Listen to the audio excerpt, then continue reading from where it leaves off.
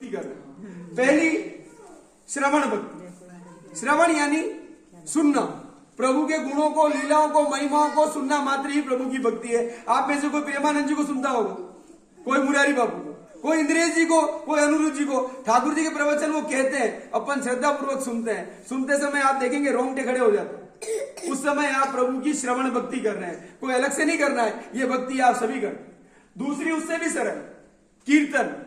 आप किसी भजन संध्या में जाते हैं या प्रभु के नाम का कोई जाप या मंत्रों का उच्चारण करते हैं, वो प्रभु की कीर्तन भक्ति है, ये भी आप करते हैं। तीसरी सबसे सरल, और इतनी सरल है 100 से भी ज्यादा बार आप सभी करते हैं। कैसे? स्मरण भक्ति। स्मरण यानी प्रभु की छवि मन में लाकर उनको याद करना। जो सुबह से लेकर शाम तक आप ठाकुर जी को या अपने इष्ट देव को याद करते हैं, वो प्रभु की स्मरण भक्ति है। अब इसको सभी कैसे करते हैं? इसको सभी कैसे करते हैं? उदाहरण के तौर पे जैसे एक दुकानदार है, साहूकार, तो वो दुकान खोलते ही सबसे पहले क्या करता है? हे भगवान, आज धंधा अच्छा हो जाएगा, शाम को 21 रुपए का प्रसाद चढ़ाऊंगा। तो उसने क्या किया? भगवान का नाम लिया, फिर अपना काम किया। तो उसने भगवान को स्मरण किया। अब एक चोर होता है, वो क्या करता है? सुबह उठते ही हे सांवरा, आज ये चोरी हो जाएगी, पकड़ा नहीं गया तो शाम को 25% हिस्सा। उसने भी ठाकुर जी का स्मरण किया अपने भाव, अपने कर्मों के साथ। ये थे मोह माया वाले। एक छोटा बच्चा एग्जाम देकर आए, लेकिन उसको लगता है मैं फेल हो जाऊंगा, मार्क्स कमाएंगे, तो अपने पेरेंट्स या टीचर को बताएगा क्या ये बात? वो कहाँ जाएगा? सीधे ठाकुर जी के पास, भगवान प्लीज पास करना, नहीं तो पापा पिटाई लगाएंगे, मम्मा खाना नहीं देंगे और साल बिगड़। इन्होंने भी भक्ति की अपने भाव से। मैं कहता हूँ आपको चलते चलते ठोकर भी लग गई, तो सबसे पहले क्या होता है? तो वही प्रभु की स्मरण भक्ति। इसमें भी आपको कुछ ही करना और 100 से भी ज्यादा बार आप भक्ति कर जाते हैं।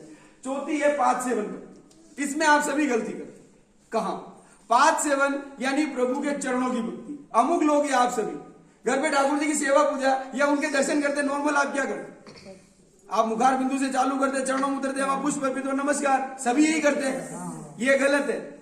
ठाकुर जी की सेवा या उनके दर्शन उनके चरणों से उठकर मुखार बिंदु में जाना चाहिए। कहते हैं प्रभु के चरणों में वैकुंठ का निवास होता है। आप आरती भी करते हैं, पहले क्या लेते हैं? 4 चरण, 2 नाभि, 1 मुखार बिंदु। आरती कहां से शुरू की? चरणों से, और मुखार बिंदु पे खत्म। वही प्रभु की पाद सेवन भक्ति। और इस भक्ति को किया था माता लक्ष्मी ने, उनके चरणों की दासी बनकर।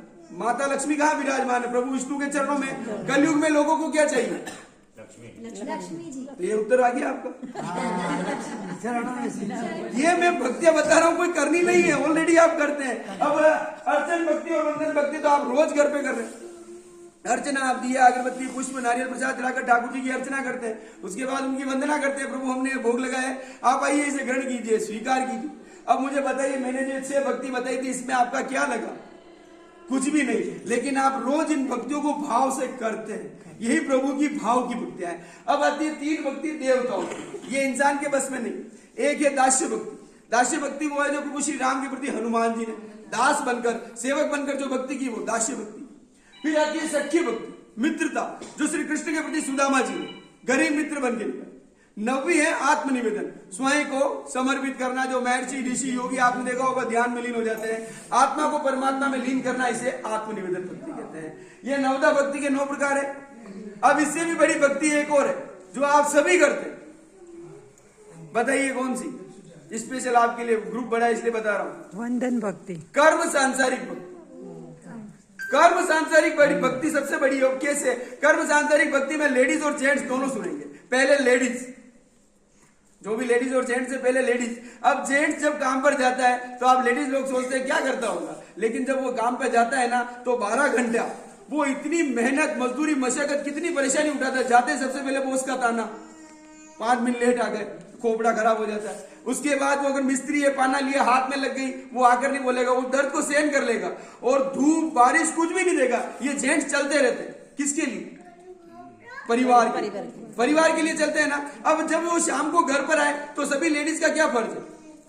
वो साज सज्जा करे ना करे, सजे नहीं, लेकिन मैं कहता हूं अगर जैसे वो आए ना, चेहरे पर एक हंसी लेकर उनके सामने चले गए ना, तो उनका जो सारा थकान है ना, वो वही उतर जाएगा और आप सबसे बड़ी भक्ति करेंगे। अब जेंट्स, ये मत समझिएगा जेंट्स मैन हो गए, आप तो चले गए काम पर 12 घंटे के लिए, लेकिन लेडीज ये भी मेहनत करते हैं, कहाँ आपसे पहले उठते हैं, आपके बाद सोते हैं। अब बीच में इनको भी एक भंवरा होता है, बच्चों के कपड़े धोना है, खाना बनाना है, ये करना है, कचरा पोछा, ये भी दिन भर वर्किंग करते हैं। और कुछ नहीं होगा तो अलमारी जमी होगी ना, उसको भी बिखोर के वापस जमा देंगे। लेकिन ये कुछ ना कुछ करेंगे, किसके लिए? जब आप घर पर आए तो घर को साज सजा दिखे, और जब आप घर पर आए तो जो चेहरा हंसकर सामने आया है उसको हंसकर आपने जवाब दे लिया, तो आप सबसे बड़ी भक्ति कर लेंगे। ये नहीं कि वो बॉस का गुस्सा इन पे उतारा, सब खत्म, पाप के भागीदार। और उससे भी बड़ा पूरा परिवार एक साथ बैठकर अगर लुकी सुकी जैसी भी है हंसकर जो खा लिया, तो कोई भक्ति करने की जरूरत नहीं। जैसे आपके हंसी से खाया है ना, वही ठाकुर जी आकर विराजमान होते हैं। क्योंकि हंसी में वो खाने में क्या देखेंगे आप, ठाकुर जी का चेहरा कभी रोते हुए नहीं देखा, कभी देखा हो किसी ने? आजकल तो ये बच्चे वो थैंक यू अंग्रेजी के वर्ड यूज करते हैं, थैंक यू। मैं कहता हूँ वो थैंक यू बोलते हैं, कैसे बोलते हैं?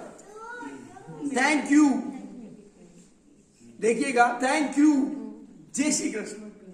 प्रभु का नाम लेने में अब अंग्रेजी का कोई भी वर्ड आजकल तो बहुत यूज करते हैं, thank you, I know, sorry, इसको छोड़िए। हिंदी का लीजिए, रघुनाथ, राम, राधे, कृष्ण, ये कभी नीचे नहीं आता, क्योंकि ठाकुर जी का नाम और वो सारा कर्म संसारिक भक्ति में ही आता है। जय श्री कृष्ण। अब चले